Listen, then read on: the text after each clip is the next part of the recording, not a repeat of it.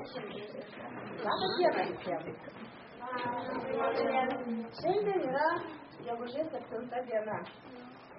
Tai spaudos atgavimo kalbos ir knygos diena. Lietuvos leidėjų asociacija, Lietuvos bibliotekininkų draugija ir Lietuvos spaustininkų asociacija šiandien suorganizavo renginį Skaitanti Lietuva. Šiandien man malonu pristatyti ir su juos skaityti jo kūrinius Vytautą Račicką. Ko gero pats mylimiausias vaikų rašytojas. Rašytojas yra unikalus tuo, kad jis rašo knygą ir pats jas išleidžia. Nežinau, ar čia aš nesusiorientavau, kiek jis yra knygų išleidęs. Turbūt pats rašytojas pasakys. Vienam straipsnį paskaičiau, kad jis išleidęs 24 knygas. Man pasirodė, kad čia nesąmonė.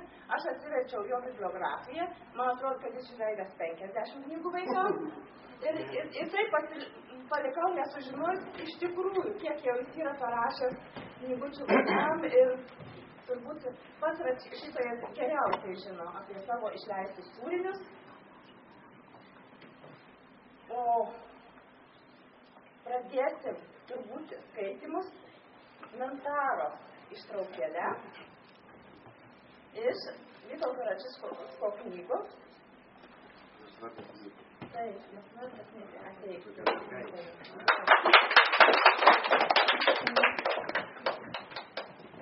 Ne, sakai keistas vardas, bet argi keistas, esama kur kas keistesnių. Kodėl trumpa, o kodėl turėtų būti viena? Apskritai, dėl visko čia kaltas nepėstėjai, Napoleonas Nakas, kuris ne tik dukrai vardą sugalvoja, bet pati ir užrašė dešinę ranką ir labai spausdamas rašiklis, o kadangi buvo nepaprastai susijaudinęs, todėl ir suraitė net 2 P. Taip. Kadangi pirmagimė buvo fantastiškai panaši į tėtį, Napoleonui Nakui dėmtelėjo, jog dėl šventos teisybės fantastiškai panašus turėtų būti ir jųdviejų vardai. Ir laimingiausias pasaulyje tėtis susimąstė. Galbūt ji galėtų būti Napė, Napoleonas, Napolys, Napas, Napė, skamba kaip lapė. Lapė, napė, snapė, Ne, vaikai pravardžiuos. Tai gal nupė? Nupė, snupė, kailių lupė. Irgi netenka. Nipė, nipė, nipė. Laimingiausias pasaulyje tėtis pabandė sugalvoti kokią nors pravardę. Bet prie nipės nesiklijavo joks žodelytis. Puiku, tarė sau Napoleonas Nakas. Jos vardas bus Nipė. Nipė Nakai. Ir nuėjo į vardų registracijos biurą. Biuro darbuotoja, žinoma, tučtuojo paklausė, koks bus jūsų dukters vardas? Nipė, atsakė tėtis Napoleonas. Nitė? Ne, Nitė, o Nipė. Supratau, nusišypsojo moteris. Nitė, dabar madingi trumpi vardai. Nipė, pyktelėjo Napoleonas Nakas. Kokia dar Nipė po paradės? Tuomet vardų registracijos biuro darbuotoja padavė popieriaus lapą ir paprašė užrašyti mergaitės vardą. Ne bet kaip, o didžiosiomis raidėmis. Ir laimingiausias pasaulyje tėtis užrašė. Jos vardas Nipė.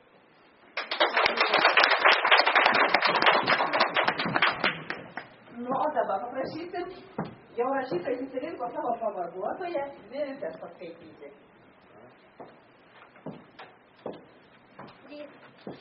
Močiutė dar miega, o mergaitė jau nebe.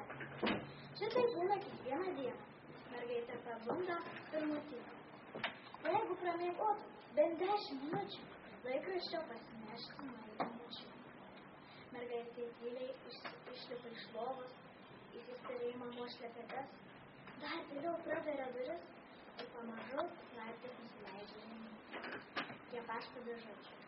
Pasistebi ir pražiūri pro 26 numerį pažymėtos dėžutės skylutę. Baltuoja. Ne laiškas. Laikraštis. Jis skaito močiutė. Močiutė nepapusryčiavus, televizoriaus nepažiūrės, bet laikraštį perskaitė. Mergaitei laikraštis neįdomus visai.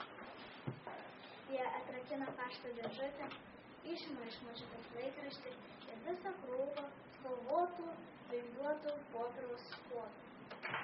Laiško neranda. Grįžusi padeda viską ant stalo. Atsikėlusi močiutė ateina į virtuvę. Pasiražo, nusižiovauja. Oho, kiek visko parnešė, stebisi mergaitė, nieko nesako tyliai. Na, kaip jautiesi?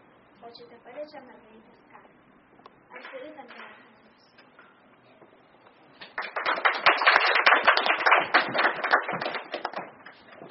O dabar paprašysim pasidalinti savo mintimis, kaip gimsta tos knygelės. Žinau, kad rašytojas turi Pietrakalnyje, taip sakau, sodybą.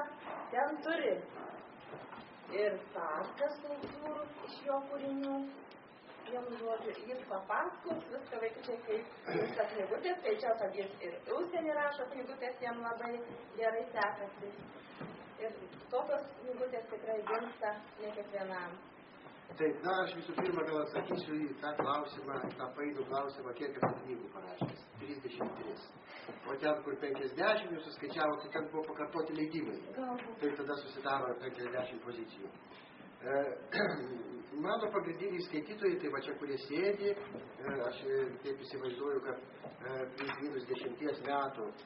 Ir daugiausia būtent jiems yra esu parašęs knygų, o paaugliams, vyresniems esu parašęs gal 4 ar 5. Tai Baltos durys, Nebaigtas dienoraštis, Aš dviratis pirmoji meilė su muštiniais su sliekais, toks gan trumpas pavadinimas. Ir kas gyvena, turbūt ir viskas.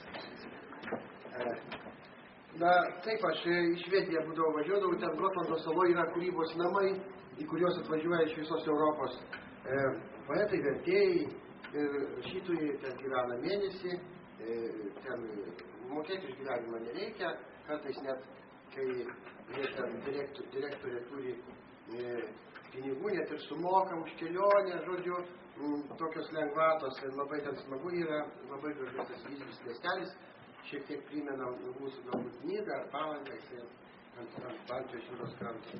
Tai va, ten labai kažkokia tokia gera aura, kad ten visuomet man sekasi rašyti. Žinoma, nuvažiuoju jau kažką sugalvojęs. Na, o kai rašau namie, tai rašau anksti rytą atsikėlęs, aš esu tikriausiai vyturys, kadangi man labai nesunku pasikelti, pavyzdžiui, 5 valandą ir 4 valandų ar 3 rašyti namie. Tai va, manęs dažnai klausia, kodėl aš rašau vaikam, nes esu toksai 100% vaikų rašytojas. Tik pirmoji knyga mano buvo skirta suaugusiems, o visos kitos būtent vaikams. Tai vaikam rašau turbūt todėl, kad aš baigęs universitetą padirbėjau 3 metų tokia tarybinis mokytojų laikraštis. Ir ten turėjau diplomą atidirbti. Ir paskui išėjau dirbti į vaikų spaudą. Buvo vyresni turbūt prisimenam, buvo toks Lietuvos pionierius laikraštis, kurį skaitė visi Lietuvos vaikai. Tai jau mano buvo toks darbas rašyti vaikam ir apie vaikus, būtent kai dirbau tame laikraštyje, aš nedirbau 5 metų ir kaip man dabar atrodo, ten išėjau vaikų rašytojo kažkokius kursus. Manęs klausė, ar aš rašysiu suaugusiems, bet nematau reikalo, kadangi atrodo, man sekasi, mano knygas vaikai skaito, tai vaikam ir žadu rašyti ir toliau, o be to suaugusiems šiaip jau yra ir daug autorių, kurie rašo. Ką dar norėčiau pasakyti? O aš nepaklausiu, kodėl reikia skaityti knygas. Ar žinot, kodėl reikia skaityti knygas? Ką gero duoda knygų skaitymas? Ko skaitydami jūs mokotės? Prašau. Nes jo maudu. Na taip, čia toksai filosofinis atsakymas. Taip, kas skaito, tas auga. Taip, prašau. Taip, vaizduotė ugdo knygų skaitymas. Sako, knygų skaitymas vaizduotė ugdo, o televizorių žiūrėjimas vaizduotė būtina. O vaizduotė jums bus reikalinga, kai jūs dirbsit kažkokius darbus. Kaip profesijas turėsit kiekviena profesija reikalauja vaizduotės. Jūs labai gerai pažįstat mokytojos profesiją, ar ne? Aš, pavyzdžiui, neįsivaizduoju, kad mokytoja neturi vaizduotės. Tai tuomet jos pamokos turbūt nuobodžios, ir per pamokas vaikai, miega, tai va. Tai ir arba stalius, pavyzdžiui, ar ne? Tai jeigu jis be vaizduotės, tai jis padarys negražią kokią kėdę, kažkokią šleivą kreivą, stalą, kažkokią niekas nesinorės sėdėti. Tai va, ir be abejo, skaitydami jūs tiesiog mokotės skaityti, skaitydami mokotės rašyti, be klaidų įsimenat žodžius, kaip jie rašomi. Sutinkat žodį ąžuolas, ar ne? Tai jau žinot, kaip rašomas ąžuolas. A, A, nosinė. Sutinkat žodį žąsinas, vėl įsimenat. Ir taip toliau. Tai va. Aš irgi, kai buvau vaikas, labai mėgau skaityti, tik tai man sekėsi ta prasme, kad nebuvo, tam tokiam kaime mes gyvenom, nebuvo kompiuterio, nebuvo išmanaus telefono, nebuvo visų tų dalykų, kurie dabar yra, netgi elektros nebuvo, tai skaitydavom žibalinės lempos, kurią deginti tėvai ilgai neleisdavo, liepdavo užpūsti, reikia miegoti. Tai tuomet mes skaitydavom su broliu lovą. Jisai šviesdavo su prožektoriumi, o aš užbalsiu skaitydavau. Ir tokie buvo mūsų skaitymai.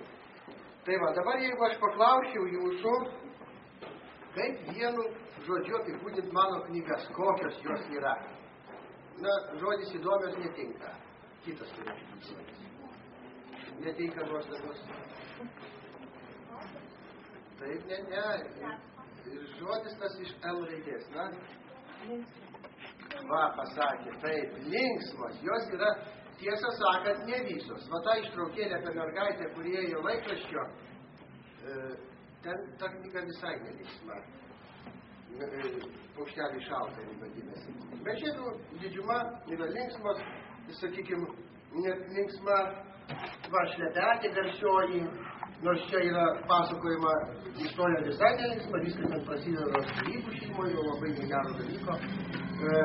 Na, paskui tokia, kaip aš sakau, skani knyga, šokoladas iki pirmadienio, labai linksma šitokie du berniukai aprašyti Mikė Juozapėlis arba Lukas gyvena taip pat labai linksma. Ir įdomiausia tai, kad aš niekad nekeliu savo tokios užduoties, va dabar atsisėsiu už stalo ir parašysiu linksmą knygą. Tiesiog kažkaip lyg ir savaime, lyg ir netyčia taip atsitinka. Ir atsitinka tai turbūt todėl, kad mano pagrindiniai herojai dažniausiai būna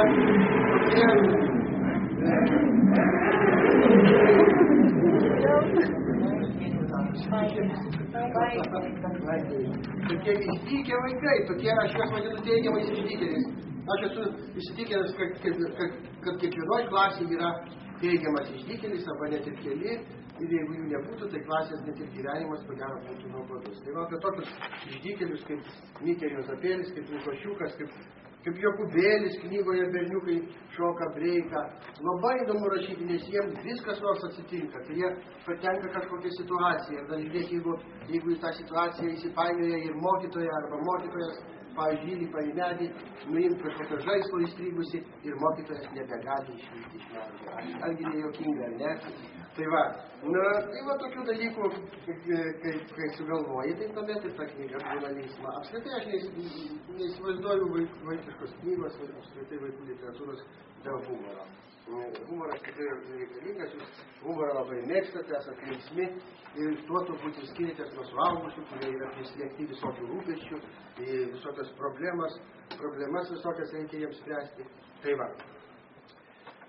Tai tokia mano įžanga, paskui jis manęs paklausinėsit, aš atsakysiu jūsų klausimus, o šiaip jau apskritai apie mane gali daugiau sužinoti, jūs mokatgi naudotis kompiuteriu, ne? Pavyzdžiui, atsidaryti internetinę svetainę mokate, ne? Tai va, mano internetinė svetainė yra, galima surinkti mano pavardę, tokia šveplą apie paukščiukų atsiskas LT, ir atsidarys puslapis, ten jūs pamatysit tą mano personažų parką, ten tokios kultūros yra ir daug visko sužinosit apie mane. Tai va, o dabar aš štai rankoje laikau kitą linksmą knygą, jūs ją čia jau vartėt, čia čiupinėjot. Natas Muntus mano draugas vadinasi. Natas tai yra sutrumpintas Donatas. Čia nėra ne vieno Donatas. O Muntus yra sutrumpintas Mutijanas, yra toks žmogus, Kėdainiuose gyvena. Taip? Tai va, ir šitas berniukas irgi yra šiek tiek toksai linksmas, išdykęs, sumanus, gudrus. O knyga čia ypatinga yra to, kad čia yra eilėraščiai. Šiaip aš esu prozininkas, mano čia pirmoji ir kol kas vienintelė eilėraščių knyga. Tai mano eilėraščiai yra kiek kitokie negu, sakykime, kitų poetų. Kokius jūs poetus vaikų žinote? Vytė Nemunėlis, tai Martynas Vainilaitis, Žinskaitinė poetė, Degutytė, Mūsų čia vietinė. Justinas Marcinkevičius, taip yra taip parašęs eilėraščių vaikams. Dar yra tokia poetė Ramutė Skučaitė, taip. Tai va, tai manote eilėraštukai yra šiek tiek kitokie. O kokie jūs įsitikysit? Aš paskaitysiu 3 eilėraštukus, paskaitysiu kažką iš, labai noriu paskaityti iš tų pačių, jūs gal kai kurie skaitėt, kai kurie gal ne. Ir kai aš paskaitysiu, man jūs po kiekvieno skaitymo paplosite. Ir mes labai visi mėgstam važiuoti, ne? Jūs irgi mėgstat važiuoti. Ar traukiniu jums patinka važiuoti? Ar čia nevažiuojat traukiniais? Ne. Aha, mašina mėgstat važiuoti, žinau, dviračių patinka važiuoti. Riedučiais, berniukai keturračiais mėgsta važiuoti, ne, motociklais, nu, žodžio, transporto priemonės. Aš irgi labai mėgstu važiuoti, bet įdomu štai kas, kad smagiausia vis dėlto eiti pėsčiomis. Nes kai mašina važiuoja, išvyk, pravažiuoja ir tarsi nieko nepamatai, o kai eini pėsčias, tai, na, tiesiog ir šlama, ir knybžda, ir ropoja, ir eina, ir susitinki, ir labas reikia sakyti, ir pasikalbėsiu. Tai va, vaikščiojimai. Pėsčiomis eiti vienas malonumas, nebirbia motoras ir nerūksta dūmas. Eidamas pėsčias gali daug matyti, skaičiuoti varnas, reklamas skaityti.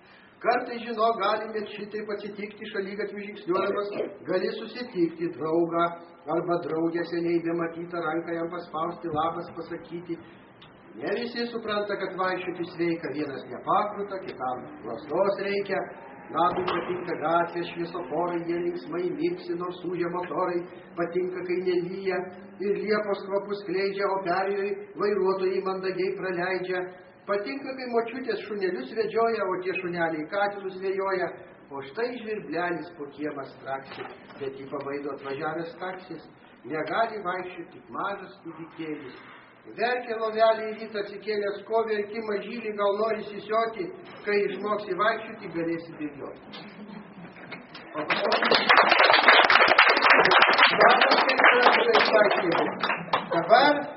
Dabar apie laukimą. Mes visi kažko visada laukiame. Tarsi ir nelaukiame, bet iš tikrųjų laukiame. Ir apskritai viskas gyvenime kažko laukia. Na, sakykime, pagyvenę žmonės, kuriem jau atsibodęs yra darbas, labai laukia ko? Pensijos, taip.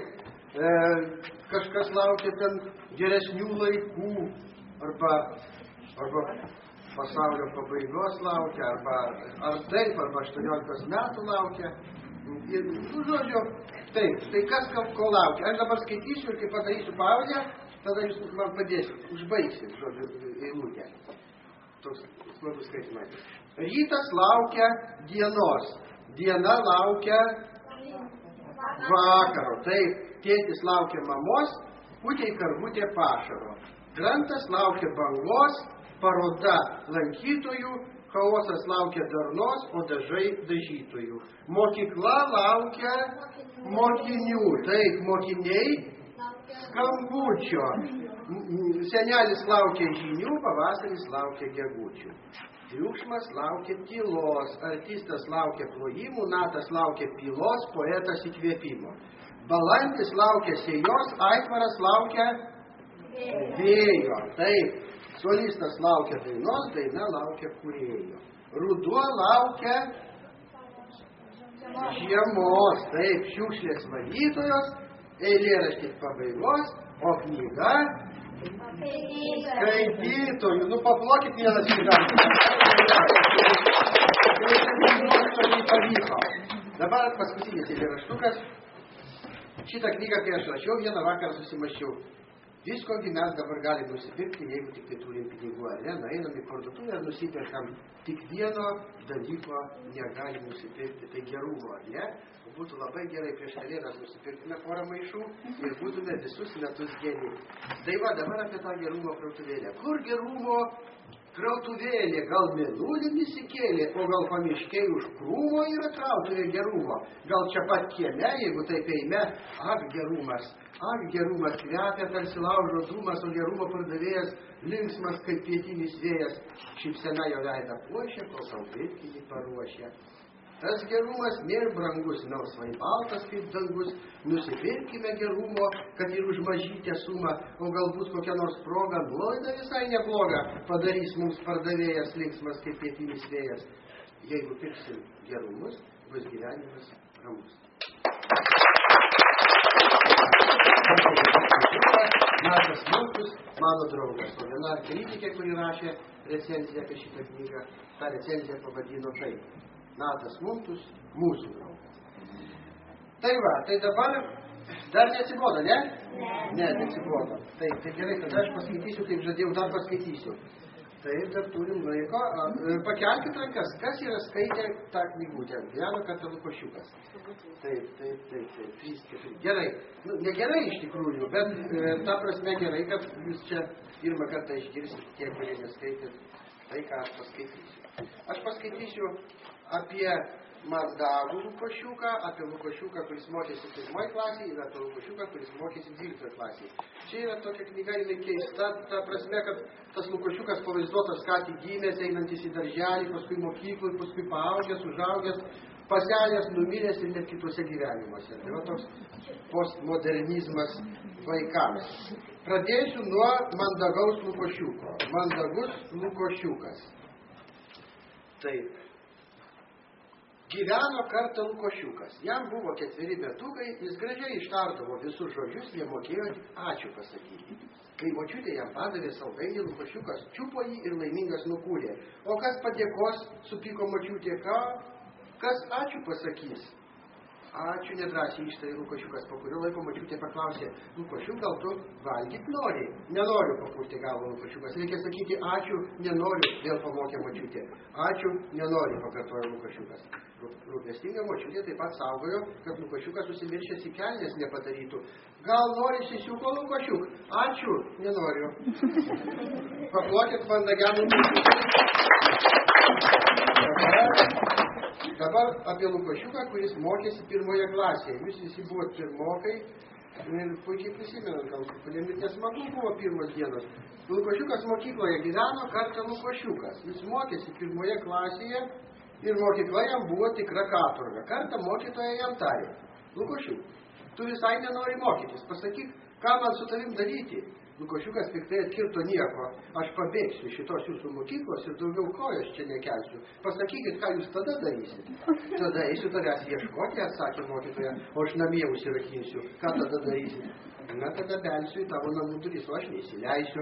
Ką tada darysit? Tada teks laukti, kol pareis iš darbo tavo tėvai, o aš iššoksiu per langą ir miške pasislėpsiu. Ką tada darysit? Tada ieškosiu tavęs Lukošiuk miške, o aš įlipsiu į medį. Ką tada darysit? Tada atsisėsiu po medžiu ir verksiu.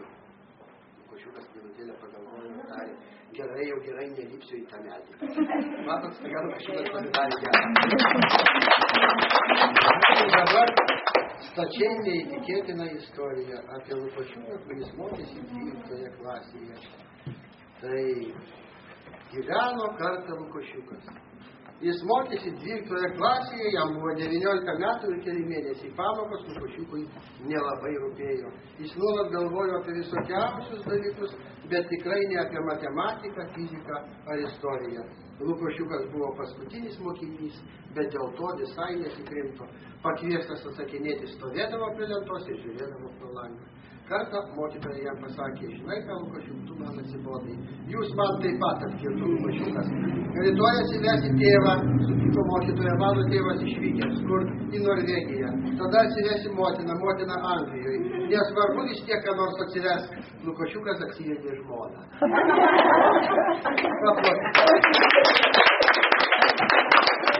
Na ir dabar dar skanios knygutės paskaitau ir tada jūs man užduodat klausimus. Pakelkit rankas, kas skaitė knygutę Šokoladas iki pirmadienio.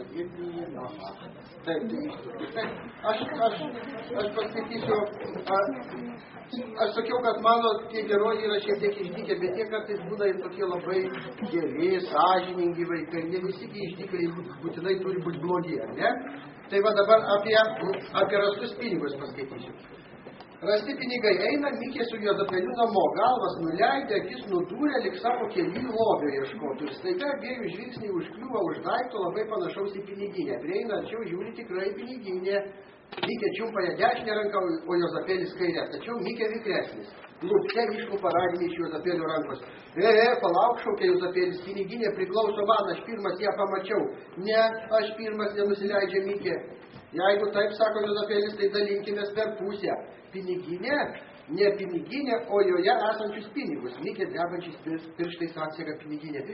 Žiūrėk, 100 litų, sako Juozapelis. Aha, 100, abiem lygiai po 50. Atsliūkina Mikė su Juozapeliu į parduotuvę šimtinės iškeisti. Prie kasos stovi senas seneliukas, naršo po savo kišenės, tikriausiai piniginės ieško. Nejaugi būsiu pametęs, dievulėliau, paskutiniai mano pinigai, dabar tai jau tikrai iš bado numirsiu. Piniginė pametės, staiga paklausė Juozapelis. Aha, atrodo pamečiau, kokios spalvos jūsų piniginė rudos, o kiek joje pinigų buvo? Lygiai 100 litų, vaikeli. Tai mūtų ją šaligatvio radom. Mikė, atiduok žmogui piniginę. Senukas net apsiverkė iš džiaugsmo, džiaugiasi ir Mikė su Juozapeliu ne kad rado, o kad grąžino. Na ir dabar paskutinis mano skaitimas, aš bijau, kad jums atsibosiu tas skaitydamas. Ne? Apie Mikę, kuris pavėlavo į pamokas. Dėl ko paprastai pavėluoja vaikai į pamokas? Pramiega, taip užtenka pramiegoti 10 minučių ir viskas jau vėluoja. Mes, ne, laikrodis greitai pradeda eiti. Mikė palmės viršūnė. Mikė pavėlavo į pamoką. Ėjo į klasę, kai visi mokiniai jau buvo gerokai sušilę nuo darbo. Kodėl pavėlavai, Mikutį, klausė mokytoja? Mikė tyli, nežino, ką sakyti. Jis pramiegojo už savo suolo draugą, sako Juozapelis. Tai gal tu, Mikutį, žadintuvą neturi? Vėl klausė mokytoja. Neturiu, prisipažįsta Mikė, ai, kaip negerai. Tuomet tave turėtų žalinti tėtis arba mama. Mane žalino, bet aš tuo metu sapnavau. Ir kągi tu sapnavai? Afriką. Oi, kaip įdomu, džiunga mokytoja, papasakok. Vaikai sulūžė, lyg bitės avily. Tai va, sako Mikė, rodos, tupiu aš palmės viršūnį, o aplinkui beždžionės straksi. Tempėm ant glėbės bananus, kokoso riešutus ir kitokius šiltųjų kraštų skanėstus, o gretimoj palmėj tavo draugas Juozapelis, taip, bando pašmaikštauti mokytoją. Oi ne, gretimoj palmėj jūs tamsta mokytoja supatės. Ak, kokia palaima, apsidžiaugusi mokytoja suploja delnais ir vos iš kėdės neiškrenta. Tai va, toliau pasakoja Mikė, aš pamaniau, kad šiandien pamokų nebus ir apsiverčiau ant kito šono. Negražu, sako mokytoja, labai negražu. Apsiversti ant kito šono mane su beždžionė palmės viršūnėj palikus. Atsiprašau, lyg ir susigėšna Mikė, daugiau taip nedarysiu. Nevėluosi, palmėj nepaliksiu. O kaip dėl vėlavimo, visiškai rimtai klausė mokytoja, nežinau, gūžteli pečiais Mikė. O aš žinau, sako mokytoja, ir išima į savo rankinės miniatiūrinį žadintuvą. Ir Mikutį pasikiški po pagalbę ir tikrai niekad nevėluosi, o aš kurį laiką ir per žadintuvo pagyvensiu. Kitą dieną Mikė į mokyklą atėjo laiku. Pavėlavo mokytoja. Paplokit mokytoja. Kai būna su tomis mokytojomis, ne? Bet jūsų mokytoja tai turbūt nevėluoja niekas. Gaila, ne? Taigi. Tai va, tai dabar prašom, kas įdomu, ko aš gal nepasakiau, kaip kartais atsiranda knygos, jums turbūt įdomu, ar ne? Man visuomet yra lengviau rašyti, kai aš išgirstu gyvenime tikrą istoriją. Aš jums rodžiau jums štai šitą šlepetę, ne? Tai kaip jinai atsirado? Kai aš dirbau Žemė redakcijai, buvo toks žurnaliukas. Tai per pietus geriant kavą, mano bendradarbė dailininkė Irena papasakojo tikrą istoriją, kuri nutiko jos draugiai Danutei. Žodžiu, ta istorija yra tokia, kaip minėjau, negera, ten viskas prasideda nuo skyrybų, Edvarduko, rašyto berniuko tėtis, susikrauna savo daiktus į mašiną ir išvažiuoja kažkur gyventi, beskubėdamas išvažiuoti, jisai pamiršta savo šlepetės. Šlepetės lieka. Edvardukas saugo tas šlepetės, jam atrodo, dar tėtis atvažiuos, gal tų šlepečių pasiimti, kaip jis be šlepečių gyvens, bet labiausiai vaikas nenori, kad apie tas skyrybas sužinotų kaimynai, todėl išneša tėvo šlepetės už durų, padeda ant kilimėlio koridoriui, kad kaimynai praeidami matytų tas šlepetės ir galvotų, kad jie po senovei gyvena kartu. Va tokia skaudi, graudi istorija, pagal kurią aš parašiau nedidelį apsakymėlį, jį pavadinau Šlepetė, aišku, aš parašiau kiek kitaip, negu iš tikrųjų buvo. Ir įspausdinau Genį, o paskui atsitiko taip, kad aš pradėjau rašyti tęsinius. Tokį tarsi ir serialą jį rašiau 1,5 metų, štai atsirado, štai šitą knygą. Paskui dar tokia knyga yra Patricija Antanas, jo tėtis ir mama. Ten irgi man mokytoja papasakojo vieną labai gražią istoriją, kaip vienas berniukas su ją susidraugavo, vos beveik galima sakyti vadino ją mama, kadangi jinai buvo labai panaši į jo mirusią mamą ir jos vardas buvo Jūratė, kaip ir jo mamos. Berniukas pradėjo svarstyti, gal čia yra mano antra mama, bet paskui sako, ne, antros mamos būti negali, bet vis tiek labai su ją gražiai draugavo. Tai va ten aprašyta ta istorija. Ir kiekviena beveik knyga, galima sakyti, kažkokį atsirėmė kažkokį faktą. Kad ir tos istorijos apie Lukošiuką, kažkas kažką papasakojo panašaus, sakykime, kad yra komentarų Lukošiukas. Ir aš paskui kažkiek pakreipiu kažkiek kitaip ir sukūriu va tokią istoriją. Tai va, gerai, dabar jūsų klausimas. Na, tikrai kitaip. Drąsiai. Neturit klausimų, negali būti. Prašau.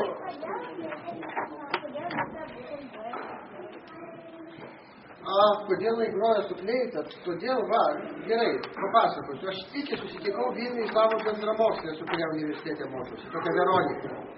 Na ir pradėjome slepėti apie jaunystę, apie studijas, apie universiteto laikus, paskui apie savo šeimą, apie vaikus. Jinai pasakoja apie savo Agnę, apie savo dukrą, sako, mano dukra mokosi muzikos, fleitą groja, sako, įdomiausia, kad jinai labai mėgsta groti pasislėpusi šiltnamyje. Tai kodėl šiltnamyje, tai ką, tai galbūt tai geriau auga, kai ten pagroja. Ne, sako, jinai slepiasi nuo kitų vaikų, iš jos, sako, jie gal trūkdo, gal tyčiojasi kažkaip, kad jinai pučia tą dūdą. Tai va. Ir aš pradėjau galvoti, kad va čia labai būtų tiktų panaudoti, kur nors rašant kažkokią knygą. Ir nenustojau galvoti, paskui man kažkas mintyse atsirado kažkokia istorija, ir aš pradėjau rašyti knygą, jos vardas Nyka. Paskui, paskui Nyka nori namo ir Nyka namie. Tai trilogija, tokia keista, užsispyrusi tokį, gan savotišką mergaitę. Taip, kas čia dar norėjo klausyti? Prašau. Taip, dažnai šitą klausia manęs, per kiek laiko parašoma viena knyga, labai įvairiai. Aš visuomet, kaip sakiau, prieš pradėdamas rašyti, ilgai apie tą knygą galvoju. Ir kai jau būna, kad ta knyga lyg ir parašyta mintyse, tuomet ją ir rašyti lengviau sekasi ir ją greičiau parašai. Tai mano rekordas yra... Mano rekordas yra kita Šlepetės istorija, antra knyga apie tą Šlepetę. Ja parašiau per 10 dienų, būdamas tuose kūrybos namuose. Man taip sekėsi, aš po 3 skilelius per dieną parašydavau, na ir per 10 dienų aš... Aišku, tai buvo juodraštis, ir mama pasivežiau juodraštį, taisiau, tobulinau. O kitas knygas, trečią, pavyzdžiui, Šlepetę, štai šitą, raudonų viršelių, parašiau lygiai per mėnesį, lygiai per tiek laiko, kiek gyvenau tuose kūrybos namuose. O kitas knygas, na ir pusmetį, ir metus, sakykime, berniukai šoka breiką, gal ir porą metų rašiau, na, ne vienodai, tikrai, prašau. Knygas pradėjau rašyti, jau buvau bandęs universitete, aš neprisimenu, kiek man galėjo būti metų, bet gal kokie 23, 24, o kai knyga pirmoji išėjo, man buvo 28. O pirmą kūrinį parašiau, kai buvau 3 klasiai. Tai buvo irgi apie tokį išdykusį vaiką, tokį selemuką, kuris blogai mokėsi, apskritai buvo toks chuliganas, jisai turėjo iš molio nusilipinęs pypkę ir tikriausiai bandydavo prisikišęs į tą pypkę džiovintų vyšnių lapų rūkyti. Ir man tas labai nepatiko. Aš susirgau vieną kartą pavasarį, užkimau, negalėjau kalbėti, mama padarė sąsiuvinį pieštuką, kad aš galėčiau šitaip bendrauti. Tai aš gulėdamas lovoj, sakykime, gal, kaip ten į tą sąsiuvinį parašiau eilėraštį apie Selemuką, apie tą išdykėlį.